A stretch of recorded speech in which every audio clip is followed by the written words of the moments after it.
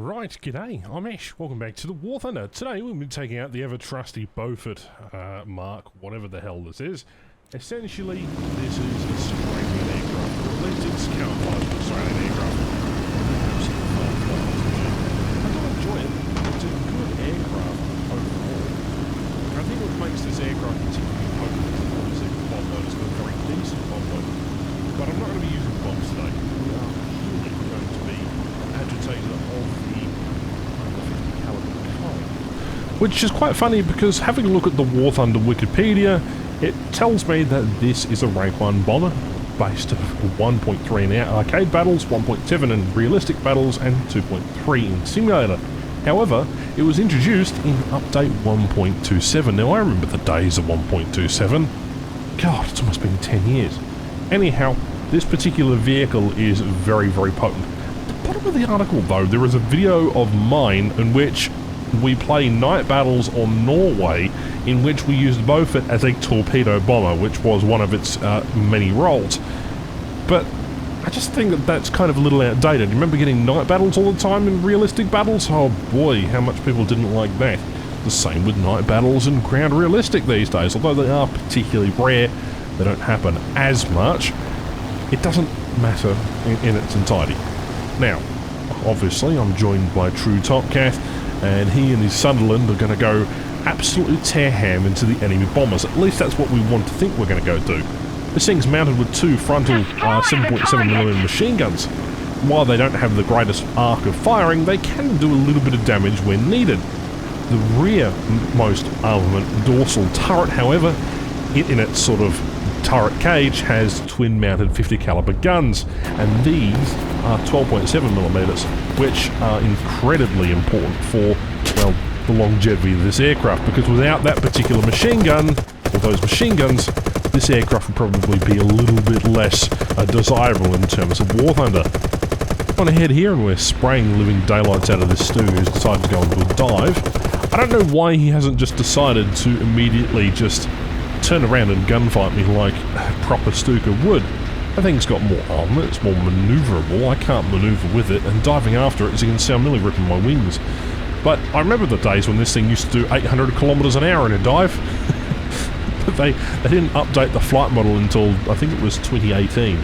By then it was a bit late and nobody really played this machine at all outside of the occasional sort of, you know, video from yours truly. Which is quite funny because I seem to be one of the only creators who have made a video on this particular machine. And in that regard, I think that's quite an achievement because there are, well, there's over 2,000 vehicles in the game. You can't be expected to cover every single one. Anyhow, we get a critical on the Stuka here. It's being a little bit of a cheeky bastard, I must admit. And as a result, we're going to spend a lot of time dogfighting him, particularly without having to worry about the enemy fighters just yet. Now, my gunners are in a dead zone, so I can't really control the aircraft and fly at the same time. It'd be nice to be able to do that, and provided that the dorsal turret could actually aim downwards towards a particular Stuka, then it would be fantastic. Now, he should have died here. The friendly should have nailed him and should have nabbed him. There's another bomber incoming. There's a dive bomber on his 6 as well, and there's two fighters. You'd think they'd be able to take care of the Stuka. Well, apparently not. True Topcat up there is dogfighting with another particular aircraft. He's having no success with the Sunderland, however. Big old beast that it is. I've decided to just sort of sit on the deck down here. Front gunners haven't engaged down here, but that's okay, because we're just sort of spiralling around and waiting for our miserable death. Oh, I should note, the bomb loadout, right? It can hold one 450mm 18-inch torpedo, two 500-pounds general purpose for 1,000 pounds total, and four 250-pound bombs, which also equal 1,000 pounds. So not too bad. Anyway, we're letting our gunner do most of the work here while sitting in the cockpit view. I have to switch over here in a second because I'm getting quite annoyed. Come on. Oh, the Stuka shot down the friendly there. Let's come on alongside him and let's broadside the living fuck out of him. Ready? Here we go. Dagger. Set on fire, he stands no chance. He's trying to avoid the trees up ahead. And now we have an absolute hornet's nest to deal with. Heading to the base. Unfortunately, Topcat does get killed by a FC-20 Bears, which is an Italian very scary aircraft.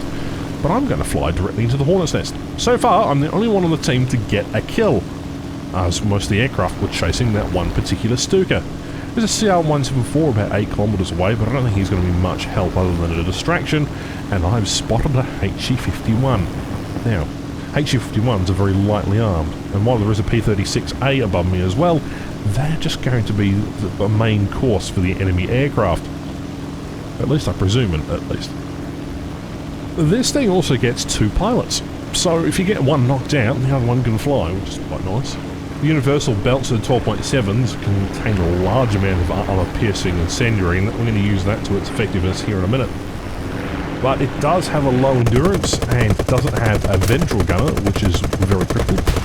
Stuka was nearly close to hitting me there, that G model. I find it fascinating that he wasn't able to connect those shots. Anyhow, Topcat is still alive down there, somehow spinning out of control. We'll just pay our respects to Topcat there. Unfortunately, here's a burning fire below us.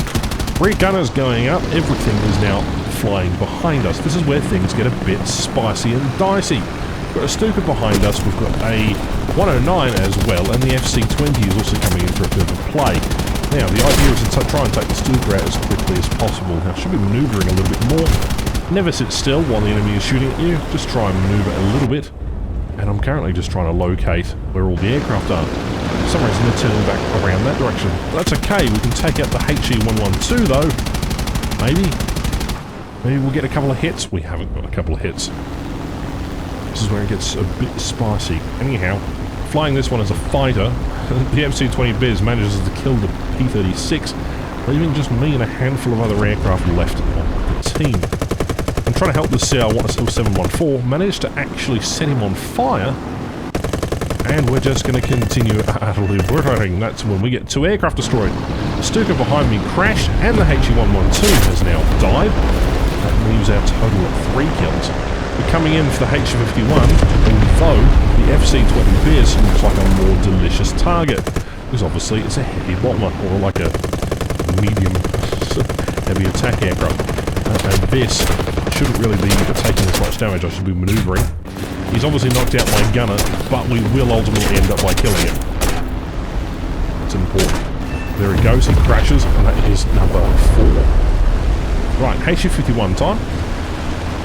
And 109. This shouldn't be too hard, considering the 50 cal makes light work of 109's radiators. So hopefully we can get a couple more hits on him. Alright, he's pulling away. Let's just let the gunner sort of sort themselves out. And the cannon arm version of the B2 is coming in. So, a couple of critical hits, nothing too fancy. And I mean, in the fight I should have maintained wiggling, at least as a visual sort of entity. Anyway, gunner is just giving that guy a bit of a critical hit. Comes in for the ram, completely, utterly misses me. We now have to think about moving back to base, and quickly. My left engine is out, which means this thing will basically fall apart. I have the only kills in the game thus far. Kind of interesting, considering there are still 4 more aircraft up, and we've got to also fly back to base somehow. So if we take just an ounce of damage, there goes one BF-109, he managed to crash. What the hell is that 112 doing? What is he doing? Is he going for a landing? Well, there's the 6th kill. And the other guy is now going back to his base, the 109, the last fighter left. Interesting. Okay, we have to make it back to base. Can we actually fly there? It's going to be dicey. I don't think we're going to make it, honestly. We've got about 5.5 kilometers to fly. Shouldn't be too bad. Engines are giving it their absolute maximum they can. It'd be fantastic if we could go back and land and help the team win this. But I don't know if that's going to actually happen. You know, what a crazy last sort of minute or so. You think you'd do better with a gunner, but that's the best you can ask for, knocking out radiators with the 2 last enemy players alive still. Anyway, we've got 2 bombers left, and then there's a couple of fighters on the enemy team, so if I can't squeeze by these trees here and get towards the airfield, about 3 and a bit kilometers of that direction, it's going to be dicey. It really is going to be a bit of a tight squeeze. Let's see if we can actually do this. Now, I like to fly this thing as a fighter. I don't really play it as a bomber aircraft, although low-tier tanks this thing tends to be a bit particularly favourable. And in ships too, this thing can be particularly useful as well, from what I've seen. Other than that, the Beaufort is really obscurity from, well, back in 2013. So this machine, while it is very, very interesting, it's got a varied history with Australia and various other countries. In War Thunder, it sort of tends to be a little bit lackluster. And on that bombshell, thank you very much for watching today's video. I hope you enjoyed the little bit of a dogfight. Disappointing end, I thought I'd actually make it back to base. Alas, 6 kills, being the only person to get kills on the team, I think that's an achievable commendation for at least a Victoria Cross. My name is Ash, thank you very much for watching, and I'll catch you next one. Bye-bye.